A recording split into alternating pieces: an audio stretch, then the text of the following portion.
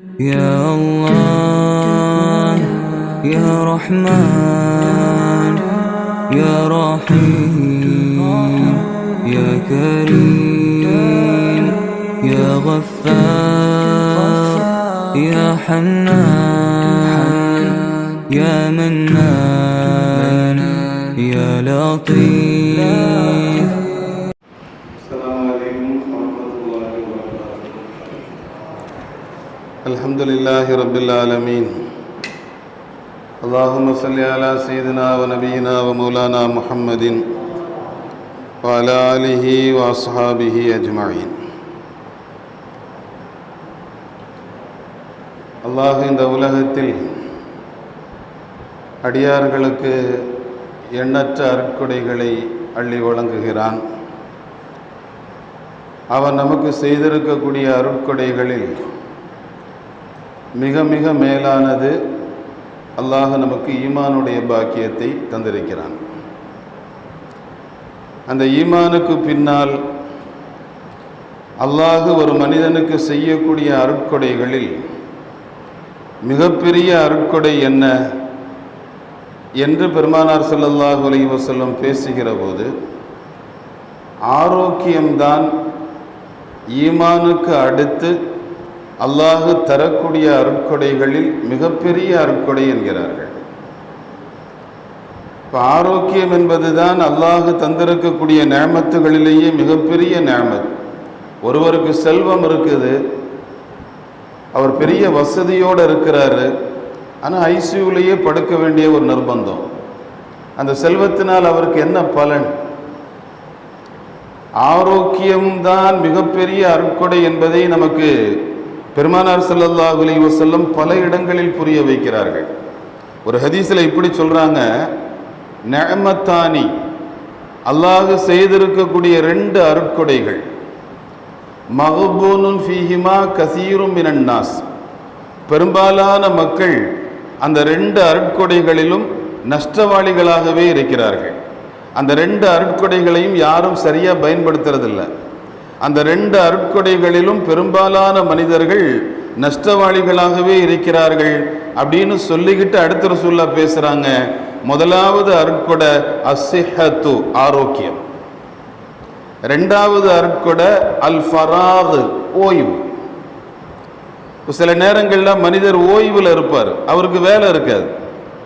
இப்போ கல்யாணம் ஆகிறதுக்கு முன்னால் உண்டான லைஃபு, கல்யாணத்துக்கு பின்னுண்டான லைஃப், அத்தாவுடைய பராமரிப்பில் இருக்கிற வாழ்க்கை, தான் மற்றவர்களை பராமரிக்க வேண்டிய நிர்பந்தம் உண்டாகும் வாழ்க்கை. இந்த ரெண்டு வாழ்க்கைக்கு வித்தியாசம் இருக்குது.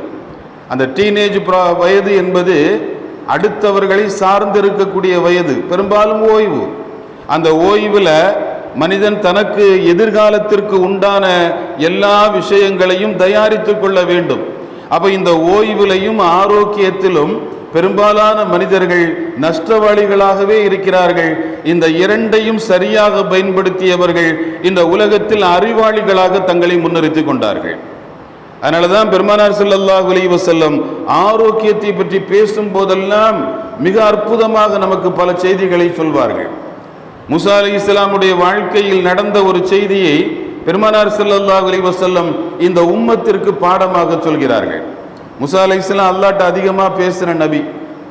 அப்படி பேசும்போது ஒரு தடவை அல்லாஹ்ட்ட கேட்டாங்க, அல்லாஹ்வே எனக்கு ஒரு ஆசை இருக்கு, நீ நிறைவேற்றுவியான்னு கேட்டாங்க. அல்லாஹ் சொன்னா, இதுவரையிலையும் கேட்டதையெல்லாம் கொடுத்துருக்கேன்ல, இப்போ என்ன வேணாலும் கேளுங்க, நான் தருவேன் என்று அல்லாஹ் சொன்னான். மூசா அலைஹிஸ்ஸலாம் ப்ராமிஸ், சத்தியமா அப்படின்னு கேட்டாங்க. அல்லாஹ் சொன்னா சத்தியமா அப்படின்னா, சரி அல்லாஹ் எனக்கு ஒரு ஆசை சொல்லுங்க, நான் தான் அல்லாஹ் நீ தான் மூசான்னாங்க மூசா அலைஹிஸ்ஸலாம். கொஞ்ச நேரம் ஒரு பேச்சுக்கு வச்சுக்கோமே, நான் தான் அல்லாஹ் நீ தான் மூசா. அல்லாஹ் சரின்னா சரி சரி பரவாயில்லன்னா. இப்போ மூசா அலைஹிஸ்ஸலாம் கேட்டாங்க, அல்லாவா இருந்த மூசா அலைஹிஸ்ஸலாம் மூசாவா இருந்த அல்லாஹ்ட்ட கேட்டாங்க, நீ தானே மூசா? ஆமா. நான் தானே அல்லாஹ்? ஆமா. அல்லாவா இருக்கிற எனைட்ட மூசாவா இருக்கிற நீ எதை கேட்ப? இந்த போட்டு வாங்குறதுன்னு சொல்லுவோம் இல்லையா, அப்படி மூசா அலைஹிஸ்ஸலாம் கேட்டாங்க. உடனே அல்லாவா இருந்த மூசாவா இருந்த அல்லாஹ் சொன்னா, மூசா நான் ஆஃபியத்தை கேட்பேன், ஆரோக்கியத்தை கேட்பேன். இப்போ இந்த உலகத்துல அல்லாஹ் அவன்கிட்ட எதை கேட்கணும் அப்படிங்கிறத மூசா அலைஹிஸ்ஸலாம் மூலமா வெளிப்படுத்துறான். என்கிட்ட நீங்க ஆரோக்கியத்தை கேளுங்கள். ஆரோக்கியம் என்பது அல்லாஹ் செய்யக்கூடிய அபரிமிதமான ஒரு அருட்கொடை. ஆரோக்கியத்தினுடைய அளவு நமக்கு புரியறது இல்லை. அல்லாஹ் நமக்கு கொடுத்திருக்கிற ஆரோக்கியத்தினுடைய அளவு என்ன, கதிர் என்ன என்பது சில நேரங்களில் நமக்கு புரிவதில்லை. ஒரு அரசு மருத்துவமனைக்கு உள்ளால அல்லது ஒரு பிரைவேட் ஹாஸ்பிட்டலுக்கு உள்ளால போய் அங்க இருக்கக்கூடிய அவசர வார்டு, ஐசியூ வார்டுக்குள்ளால போய் அங்க இருக்கக்கூடிய நோயாளிகளோடு ஒரு 1/4 மணி நேரம், ஒரு 10 நிமிஷம் அதுக்கு படுற அவஸ்தையை பார்த்தால் அல்லாஹ் நமக்கு செஞ்சிருக்கிற நியமத்தினுடைய கதிர் என்னன்னு தெரியும். பிறந்த குழந்தை, அந்த குழந்தைக்கு அது எதுவுமே இந்த உலகத்துல அத்தா அம்மானு கூட இன்னும் கூப்பிடல. அந்த குழந்தைக்கு சுகர் இருக்குது, அந்த குழந்தையினுடைய 2 கிட்னியும் ஃபெயிலியரு, அதனால அதுக்கு டயாலிஸ் பண்ண வேண்டிய நிர்பந்தம் உண்டாகிருக்குது. அந்த குழந்தை என்ன பாவம் செஞ்சிச்சு? சாதாரண ஒரு குழந்தை, அது புற்றுநோயால பாதிக்கப்பட்டிருக்குது, அதுக்கு பிளட் கேன்சரு, இனி எதுவுமே செய்ய முடியாது, ஒரு குறிப்பிட்ட ஒரு நாட்கள் மட்டும்தான் அதால வாழ முடியும் என்கிற ஒரு நிர்பந்தம். அந்த குழந்தை அல்லல் படுவதை பார்க்கிற போதுதான் அல்லாஹ் எனக்கு என்னெல்லாம் செஞ்சிருக்கிறான், எனக்கு என்னென்ன உதவிகள் எல்லாம் செஞ்சிருக்கிறான், எனக்கு அவன் அதை செய்யல இதை செய்யலன்னு எனக்குள்ள ஃபீலிங் இருக்குது, ஆனால் எனக்கு ஆரோக்கியத்தை தந்திருக்கிறானே, அது இல்லை இது இல்லைன்னு சொல்றதுக்கு ஒரு நாக்க தந்திருக்கிறானே. இந்த உலகத்தில் அதை கூட பேச முடியாத ஊமைகள் உண்டு, ஆனால் எனக்கு இது இல்லை அது இல்லைன்னு பேசுறதுக்கு எனக்கு ஒரு நாக்க தந்திருக்கிறானே என்றெல்லாம் யோசித்து பார்க்கிற போதுதான் அல்லாஹ் செய்திருக்கிற ஆரோக்கியத்தினுடைய அளவு என்னன்னு நமக்கு தெரியும். ஹாரூன் ரஷீத் பாதுஷா நகர்வலம் வந்தார். இஸ்லாமிய சாம்ராஜ்யத்தில் அமீருல் முஃமினீன் என்று சொல்லப்படுகிற அளவுக்கு ஒரு பிரம்மாண்டமான நிலப்பரப்பு ஆட்சி செய்த மன்னர். நகர்வலம் வருகிற போது ஏழையினுடைய வேஷத்தில் இருந்த ஒரு இறைஞானி அவரை பக்கத்தில் கூப்பிட்டாங்க. கூப்பிட்டு, நீ தான் இந்த நாட்டு மன்னனான்னு கேட்டாங்க. ஆமான்னார்.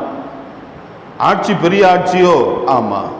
ரொம்ப நிறைய இடங்களை ஆண்டுட்டு இருக்கிறீங்களோ? ஆமா. உங்களுடைய ஆட்சிக்கு உள்ளால இருக்கிற குடிமக்களினுடைய எண்ணிக்கை ரொம்ப பெருசோ? ஆமா. உங்க கஜானா? இப்படி ஒண்ணுன்னா கேட்டுக்கிட்டே வந்தார். கேட்டுட்டே வந்துட்டு கடைசியா கேட்டாரு, நீ நகர்வலம் போற, காட்டுக்கு வேட்டைக்கு போற, உன்னுடைய சிப்பாய்கள்லாம் எதையோ கண்டு பயந்து ஓடிட்டான், உன்னை தனியா விட்டுட்டான், தனியா ஒரு இடத்துல மாட்டிட்ட, குடிக்கிறதுக்கு தண்ணியே இல்லை, நாக்கு வறண்டு போயிடுச்சு, அந்த வறண்டு போன நாக்கோட தண்ணியை தேடி நீ அலைகிற, ஒரு துளி நாக்குல படலைன்னா உயிர் போயிடும், அப்படி ஒரு கடைசி நிலை.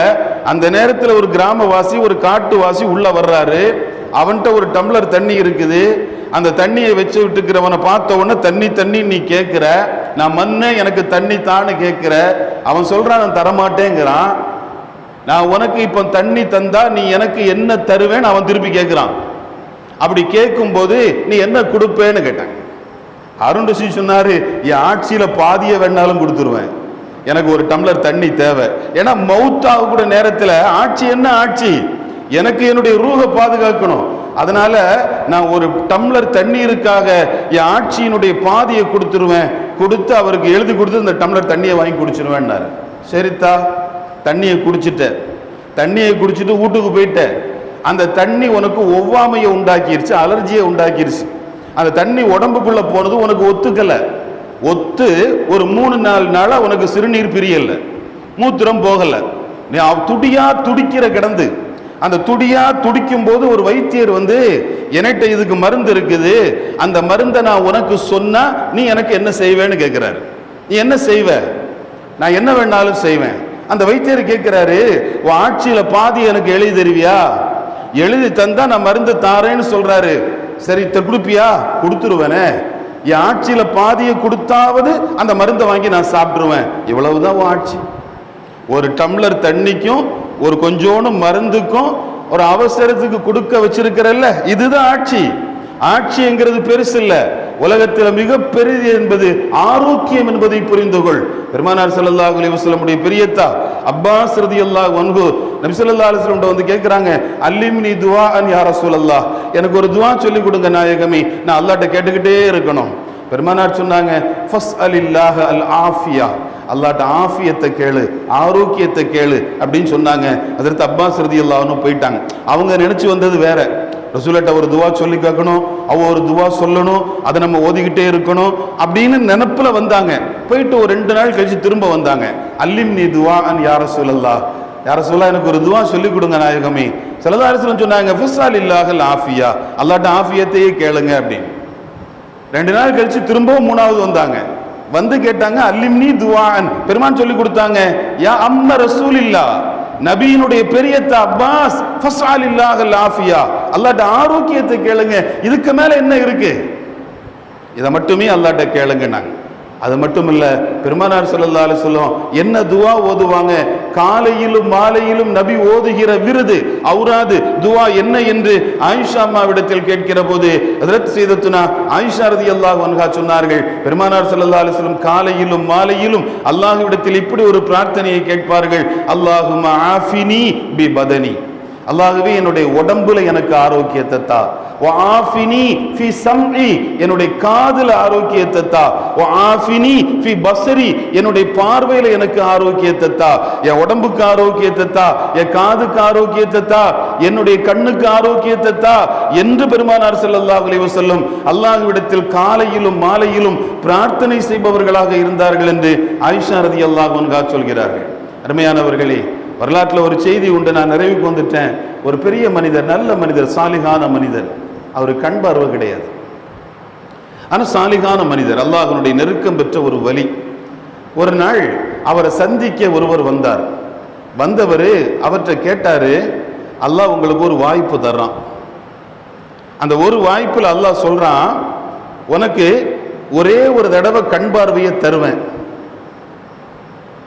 அப்படின்னு, ஒரே ஒரு நேமத்தை உங்களுக்கு தருவேன், ஒரே ஒரு நேமத்தை தருவேன், என்னன்னு நீங்க முடிவு பண்ணுங்க அப்படின்னு உங்கள்கிட்ட அல்லாஹ் சொன்னா நீங்க அல்லாஹ்ட்ட என்ன கேட்பீங்கன்னாரு. அந்த சாலிகான மனிதர் சொன்னாரு, அல்லாஹ்வே என் கண்ணை திறந்து விட்டு ரஹ்மானே, கொஞ்ச நேரம், ரொம்பலாம் வேணாம், ஒரு 5 நிமிஷம் என் கண்ணை நீ திறந்து விட்டுரு அப்படின்னு நான் அல்லாஹ்ட்ட சொல்லுவேன். அப்ப அல்லாஹ் கேட்பான், 5 நிமிஷம் எதுக்கு திறக்க சொல்ற, போதுமா 5 நிமிஷம்? அப்ப நான் அல்லாஹ்ட்ட சொல்லுவேன், போதும் அல்லாஹ், 5 நிமிஷம் பத்தாதா? குர்ஆன்ல நீ சொல்றல்ல, அஃபலா யன்துரூன இலல் இப்லி கைஃப குலிகத், ஒட்டகம் எப்படி படைக்கப்பட்டது என்று அவர்கள் பார்க்க வேண்டாமா அப்படின்னு அல்லாஹ் சொல்றான்ல. அந்த ஆயத்தை ஓதும் போதெல்லாம் என் மனசுக்குள்ள ஒட்டகம் எப்படி படைக்கப்பட்டதுன்னு அல்லாஹ் பார்க்க சொல்றான். ஒரு தடவை கூட என்னால பார்க்க முடியலையே, எப்படியாவது ஒரு தடவை பார்த்துடணும் அப்படிங்கிற வெறி ஆதங்கம் எனக்குள்ளால இருக்குது. அதனால ஒரு 5 நிமிஷம் வாய்ப்பு கிடைத்தால் அல்லாஹ்ட்ட நான் பார்வையை தான் கேட்பேன், பார்வை கொடுத்த உடனே ஒட்டகத்தை பார்ப்பேன், எப்படி அது படைக்கப்பட்டிருக்குதுன்னு ஆய்வு செய்வேன், அந்த ஆயத்து கொண்டு அமல் செய்த பாக்கியம் எனக்கு கிடைக்கும் அல்லவா என்று சொன்னார்கள். என்றால் கண்ணிருக்கிற நாம் அல்லாஹ்வுடைய படைப்புகளை சிந்திக்க வேண்டும். அல்லாஹ் நமக்கு கண்ணில் ஆரோக்கியம் தந்திருக்கிறான், காதில் ஆரோக்கியம் தந்திருக்கிறான், காலில, கையில, உடம்புல, எண்ணத்துல, எல்லாவற்றிலும் அல்லாஹ் ஆஃபியத்தை அள்ளி கொட்டி இருக்கிறான். அதுகொண்டு அல்லாஹ்வை நெருங்குகிற வழிகளை நாம் முயற்சித்து கண்டுபிடிக்க வேண்டும். அல்லாஹ் அதற்குரிய கிருபையை நிறைவாக நமக்கு செய்வானாக. வாஹிரு தஅவானா அல்ஹம்துலில்லாஹி ரப்பில் ஆலமீன். சுப்ஹானல்லாஹி வ பிஹம்திஹி சுப்ஹானக அல்லாஹும்ம வ பிஹம்திக அஷ்ஹது அன் லா இலாஹ இல்லா அன்த அஸ்தக்ஃபிருக வ அத்தூபு இலைக். சுப்ஹான ரப்பிக ரப்பில் இஸ்ஸத்தி அம்மா யசிஃபூன் வ ஸலாமுன் அலல் முர்ஸலீன் வல்ஹம்துலில்லாஹி ரப்பில் ஆலமீன். பிஹக்கி ஸல்லல்லாஹு அலா முஹம்மது ஸல்லல்லாஹு அலைஹி வஸல்லம்.